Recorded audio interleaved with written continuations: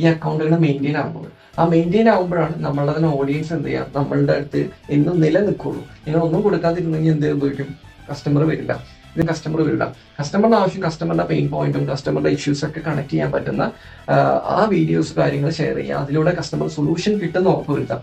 അങ്ങനെയാണ് ചെയ്യേണ്ടത്. അപ്പം മെയിൻറ്റെയിൻ ചെയ്യുമ്പോൾ രണ്ട് തരത്തിലുണ്ട്. കസ്റ്റമറെ മെയിൻറ്റെയിൻ ചെയ്യുക, ഓൺലി സോഷ്യൽ മീഡിയനെ മെയിൻറ്റെയിൻ ചെയ്യരുത്. ഓക്കെ, ക്ലിയർ ആയില്ല? അപ്പം എന്താ creation, maintenance. Okay, creation, maintain, ഈ കാര്യങ്ങളാണ് നിങ്ങൾ ശ്രദ്ധിക്കേണ്ടത്.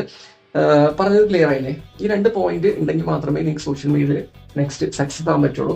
ഇത് മെയിൻറ്റെയിൻ ചെയ്യുന്നതിന് വേണ്ടിയിട്ടാണ് എന്താ പറയുക, നമുക്ക് വേണ്ട അസറ്റുകൾ എന്ന് പറയുന്ന ഒരു പോയിന്റ് ഉണ്ട് അല്ലെ. ആ അസറ്റുകൾ ക്രിയേറ്റ് ചെയ്യും തോറുമാണ് നമുക്ക് വേണ്ട വിസിബിലിറ്റി കൂടുന്നത്. ആ വിസിബിലിറ്റിയും അസറ്റും ഉണ്ടെങ്കിൽ മാത്രമാണ് ഇതിനൊക്കെ ചിലപ്പോൾ ആഡ്സ് ചെയ്താൽ പോലും ക്വാളിറ്റി എൻക്വയറീസും ക്ലോസിംഗ് കൂടുള്ളൂ. അപ്പോൾ ഇതാണ് നമ്മുടെ ക്രിയേഷൻ ആൻഡ് മെയിൻ്റനൻസ് പാർട്ടിൽ ഇത്രയും കാര്യങ്ങളാണുള്ളത്. ഇത് വളരെ ശ്രദ്ധയോടെ നിങ്ങൾ എന്ത് ചെയ്യുക, നോട്ട് എഴുതിയെടുക്കുക, അപ്ലൈ ചെയ്യുക.